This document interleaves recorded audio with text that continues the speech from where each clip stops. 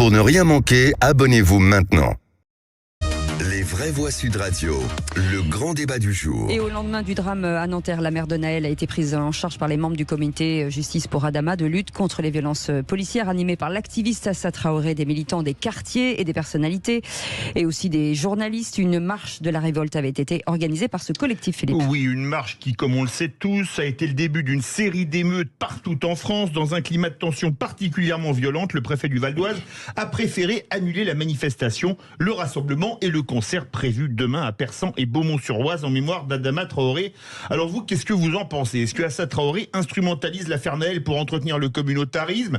Oui, non, on attend vos appels au 0826 300 300. Philippe Bilger, est-ce que finalement ces prises de position ne sont pas trop politiques à force? Alors d'abord, le préfet du Val d'Oise a tout à fait bien fait en interdisant cette manifestation au nom de l'ordre public, puisque le fait de l'interdire au nom de la décence ne serait pas un motif juridique. Mais ça fait longtemps que je considère que tout ce qui est mis en œuvre en hommage à Adama Traoré est un véritable scandale. Ça n'est pas le premier, ce ne sera pas le dernier, mais il est scandaleux. Et Sud Radio pose une question dont nos excellents animateurs connaissent évidemment la réponse. On ne peut que dire qu'Assa Traoré a un rôle très néfaste et dans l'affaire concernant son frère, et au demeurant, on attend maintenant depuis plusieurs mois que le parquet veuille enfin régler la procédure. Et dans l'affaire du jeune Naël, vous rappelez par exemple la phrase d'Assa Traoré qui glisse à la mère de Naël, et puis ça va être la marche de la révolte. Donc évidemment, le rôle d'Assa Traoré est totalement négatif dans cette double affaire. Elisabeth. Pour les auditeurs qui n'ont pas suivi, qui connaissent pas bien le dossier, sur le dossier, Adama Traoré n'est pas mort parce qu'il a été arrêté, il est mort parce qu'à 3 reprises par jour de grande chaleur, alors qu'il avait le cœur fragile, il a essayé de fuir. Les gendarmes ne l'ont pas frappé, ils ont essayé de le ranimer, ils ont essayé de l'aider. Et et comme l'a dit Philippe, malgré toutes les arguties, les études, maintenant les expertises qu'on peut demander à ses copains et toutes ces choses-là complètement délirantes, si vous voulez, il n'y a rien. Les gendarmes, si vous voulez, eux ont vu aussi leur vie bouleversée, et donc c'est un scandale. Sur Assa Traoré, ce que vous avez dit là, sur sa phrase et tout, je suis d'accord. Mais Assa Traoré n'existerait pas sans la complaisance, non seulement de beaucoup de médias français qui en ont fait une espèce de d'égérie de la liberté, de la révolte contre le racisme, parfois les ministres, rappelez-vous la marche pour Adama au sortir du Covid, on peut comprendre l'émotion, avait dit monsieur Moretti, et il y a la presse américaine et les institutions américaines. Et je voudrais dire que ces personnalités qui détestent la France et qui conspirent, pas au sens de conspirer, mais qui œuvrent à sa division et à sa fragmentation, ont toujours le soutien de la presse américaine, des think tanks américains.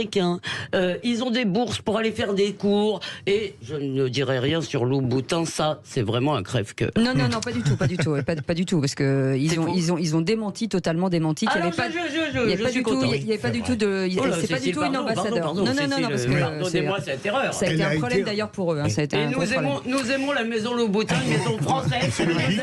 Vous n'êtes pas à côté de Christian Louboutin. Alors, moi, vous savez, ça rejoint un peu ce qu'on se dit la semaine dernière lorsqu'il y avait la députée Nadia Hay. Vous savez, on parlait de ces émeutes.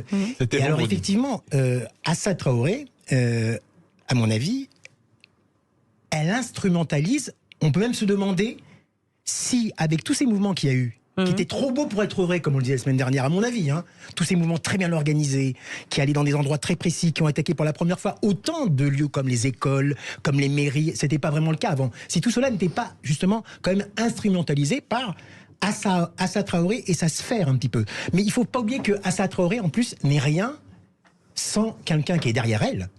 Je sais pas si vous le connaissez, qui s'appelle Youssef Brakni, qui est un musulman, enfin c'est pas que c'est un musulman, c'est pas que je veux dire, mais c'est un musulman anti-police, mais à 100%, qui est en fait son mentor, qui est un ancien du mouvement islamique de France, qui est quelqu'un qui a vraiment des diatribes.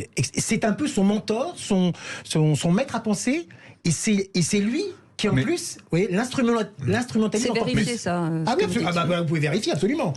Surtout toute la gauche Sans compter les convergences avec le parti issu de NPA, Révolution Permanente. Vous savez que Assa Traoré et ce fameux Youssef Brakni ont soutenu en 2022 celui qui voulait être candidat. Anas Kazi. Absolument. Ça n'a pas marché, mais ils ont été le soutenir.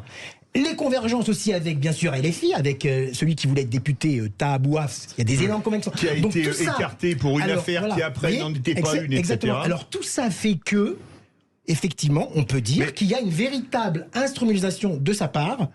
Alors maintenant, effectivement, on n'a pas les preuves que c'est elle qui donne des ordres, etc. Et puis en plus, dernière chose, je termine, excusez-moi, je suis un peu long. Dernière chose, on se souvient de la mise en scène avec la fameuse, avec la mère de Naël, avec les t-shirts qui ressemblaient exactement à la mise en scène lors de la mort d'Adama Traoré. Ils ont le même avocat. Bouzereau, c'est ça, donc tout ça, voilà. Enfin bref. Allez-y, Elisabeth. En plus, quand on demande justice pour Adama ou justice pour Naël, excusez-moi, ça devient une demande totalement absurde, puisque la justice, comme nous l'a dit bien Philippe, elle est en train de passer. Pour Naël, elle va vite en tous les cas. La procédure. Donc qu'est-ce qu'ils veulent ? Ils veulent pas la justice. Ce qu'ils veulent, c'est qu'on condamne tout de suite sur la place publique et puis voilà. C'est ça qui s'appelle justice. Mais pour bousculer un petit peu, est-ce qu'on n'a pas le droit de commémorer la mort de quelqu'un s'ils ont envie ? C'est-à-dire, est-ce que Assa Traoré alors ça, parce que je suis pas d'accord avec Philippe, a le droit ou pas d'organiser une marche en l'honneur de son frère ? J'ai bien conscience sûrement d'être minoritaire ou de n'être pas totalement en phase avec le consensus classique. Moi, j'aimerais qu'on distinguât finalement à la fois l'hommage, on peut rendre hommage à la mort de quelqu'un, sa famille en tout cas, je comprends tout à fait qu'elle veuille regretter Adama Traoré. Ce qui me choque, et ça dépasse très largement Adama Traoré, c'est les multiples hommages qui sont donnés peu ou prou à des destinées, et je suis poli, très singulière, voire atypique, simplement parce que la mort les aurait ennoblis. J'espère bien que il y a quelque chose de pervers. Je voudrais vous poser une question. Elisabeth Lévy a parlé des médias américains qui nous lynchent et des think tanks américains. Et vous disiez, Philippe, que la justice ne passait pas. Elisabeth Lévy aussi, parce que il fallait pas annuler les brefs. C'est pas ça qu'on a dit. Non, mais la justice, non mais pour Adama, l'affaire. Mais je voudrais vous poser une question. Est-ce que quelque part leur politique, ça marche pas, puisque même Claire Hédon, la défenseur des droits, a demandé il y a quelques semaines qu'on sanctionne les gendarmes dans cette affaire. Est-ce que quelque part, les pressions que met le clan Traoré, ça ne marche cette pas défenseur des droits... Mais au contraire, ça marche. C'est ce que je dis, ça marche. Ah oui, non, jamais pas. Le problème, ça ne vient pas des États-Unis. Il faut supprimer le défenseur des droits. Je ne comprends pas la légitimité du défenseur des droits quand nous avons une justice. Et en plus, idéologiquement, c'est marrant parce qu'ils disent défenseur des droits. Pour eux, droit, c'est intransitif. Si vous voulez, il n'y a plus de droits. C'est des droits absolument universels. Juste, j'aimerais avoir un controverse avec Philippe. Si je peux avoir un controverse d'une minute avec Philippe, pour en tous les cas lui faire... Moi, je déteste ces gens, je suis horrifié, évidemment, par Covid, ils n'avaient pas manifesté, mais je suis plutôt favorable dans l'ensemble à ce qu'on pousse très très loin, le plus loin possible, les limites de la liberté d'expression. Donc, est-ce qu'il faut interdire ces manifestations, ce qui en plus, après, ils nous enquiquinent à faire les martyrs, je sais pas. Je suis partagé entre mon envie de pas les voir. J'ai en horreur, mais je peux dire un mot là, vite fait, parce qu'il y a Richard qui nous attend au standard. Juste un mot. Allez-y. En une seconde, j'ai en horreur les émotions collectives qui servent à substituer à l'action. Les marches blanches, tout ça, j'ai ça en horreur. Les trucs. Moi aussi, mais est-ce qu'il faut les interdire ? Très court. Alors moi, je suis d'accord avec Elisabeth là-dessus. Moi, je trouve que c'est une erreur d'interdire cette manifestation. C'est une manifestation pour Adama, en mémoire du frère. Ça. Vous voyez, parce que si, alors, on l'interdit au nom de quoi cette manifestation ? Après Naël, c'est juste. A priori, risque de trouble à l'ordre public. Non, mais c'est la démocratie. La démocratie, il y a des risques. Toute manifestation, il y a un risque. On peut pas. À ces conditions, c'est la porte ouverte à plein d'interdictions. Alors attendez, hier, Macron, ou avant-hier, a naïvement, à mon avis, même si je suis plutôt pro-Macron, moi, vous le savez, mais a naïvement voulu interdire l'accès aux réseaux sociaux. Alors maintenant, on veut maintenant aussi interdire des manifestations sous prétexte que peut-être il y aurait un problème. Non, je ne suis pas d'accord. Je ne suis pas d'accord. Je trouve que c'est une erreur. Allez, 0826 300 300 avec Richard qui veut réagir. Richard. Oui, je pense que vous avez dit beaucoup de choses et beaucoup de vrai. Moi, je pense qu'il faut surtout pas perdre de la liberté, parce qu'aujourd'hui, c'est le plus grand danger qu'on ait.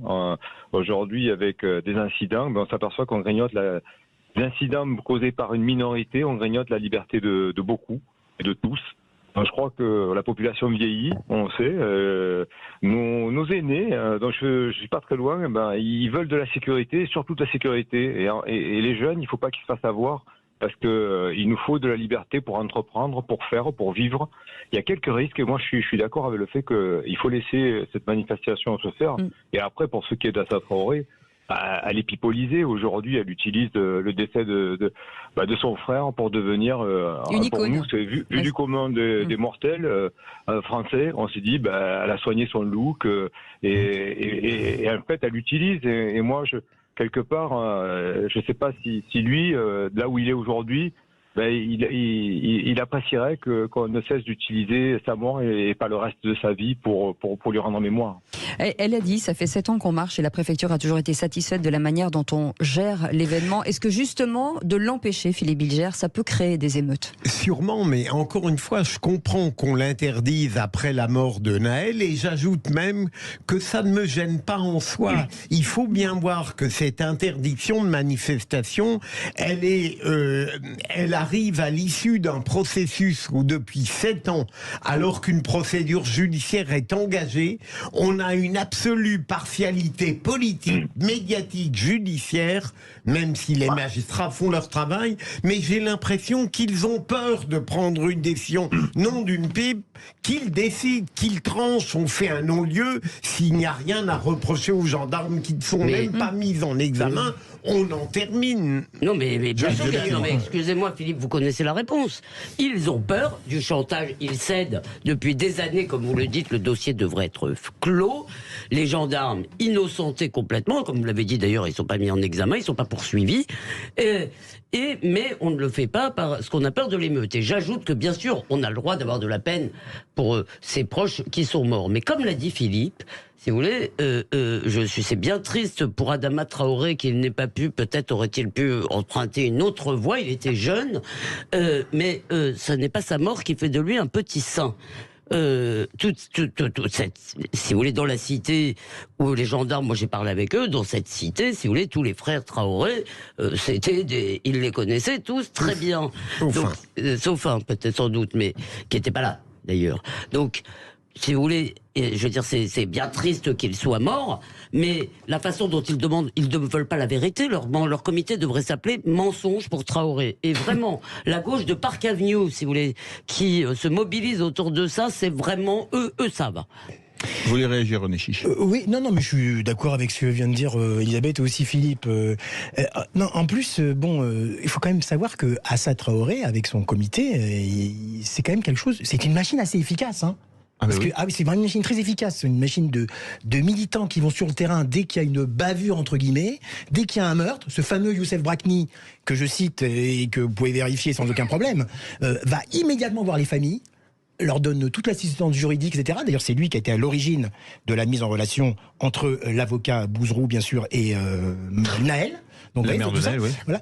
C'est lui aussi qui, encore une fois, je me répète, hein, mais Assa Traoré, bien sûr, elle est médiatisée, etc., mais elle est elle-même instrumentalisée. C'est pas pour prendre sa défense du tout, je déteste vous avez l'air de les connaître. Les gauchistes jouent beaucoup moins de rôle que dans ce comité, la gannerie, etc. Non, justement, j'allais les citer, bien sûr, vous avez tout à fait raison, pas du tout, Elisabeth. Mais est-ce qu'ils ont le droit d'avoir un combat? Parce que c'est un combat. Pour eux, c'est de leur côté, ils estiment que c'est un combat, que toute personne qui est susceptible de rentrer dans ce combat-là, le combat, finalement, du racisme, des violences policières. Mais sauf qu'il n'y a pas de racisme et pas de violence policière. Tout ce qu'ils décrivent. Oui, mais leur combat, finalement, c'est pas ça, finalement, leur combat. Leur combat, c'est en fait de combattre la République, c'est de combattre les institutions. Vous savez qu'ils ont été, il y a quelques mois, à un meeting, ils ont dit il faut une révolution antiraciste permanente. Ce sont des gens quand même très virulents. Ils ont aussi quand même des relais. Alors ça, je viens de te le dire. Enfin, on le sait, je suis pas en train d'apporter un scoop. Le monde, bien sûr. c'est incroyable. Et dans le monde, quand même, culturel. Ladjili, le réalisateur des Misérables, qui est un très bon film, c'est quand même l'un des éléments actifs de cette affaire Traoré. Vous avez qui d'autre aussi? Quoi qu'on dise, il y a aussi les rappeurs Fianso, les rappeurs Rouf, et il y a aussi qui, depuis Los Angeles, même si un acteur que j'aime beaucoup, Omar Sy est très très proche. D'ailleurs, il a fait un tweet, on l'a vu, mais il n'en a pas fait un autre pour éteindre les émeutes, etc. Ouais, mais il faut bien des oppositions. Maintenant, il se rapproche de plus en plus d'Mbappé. Il faut bien des oppositions. On est d'accord, René Chiche? Il y a un moment donné, on ne peut pas penser tous dans le même sens. Non, mais attendez, on peut quand même combattre les mensonges. Je suis désolé. On peut avoir des idées qu'on veut. On peut pas torturer les faits dans l'espace public. On peut pas mentir comme ils le font tout le temps avec la complicité d'un grand journal comme Le Monde. Absolument. Et je viens de vous dire qu'en plus, je suis contre l'interdiction par la préfecture de la mairie. Bien sûr qu'il faut des oppositions.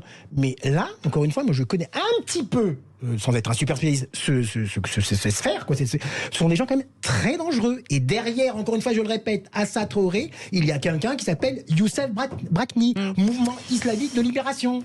C'est vous qui le dites. Ah ben, c'est pas que moi qui le dis, vous pouvez vérifier. Non, mais je vous laisse, c'est vous qui le dites. C'est bien, j'apporte l'information. Ben voilà, merci beaucoup. Vous restez avec nous dans quelques instants. Le quiz de l'actu avec Philippe Bilger, avec René Chiche et Elisabeth Lévy. On revient dans un instant.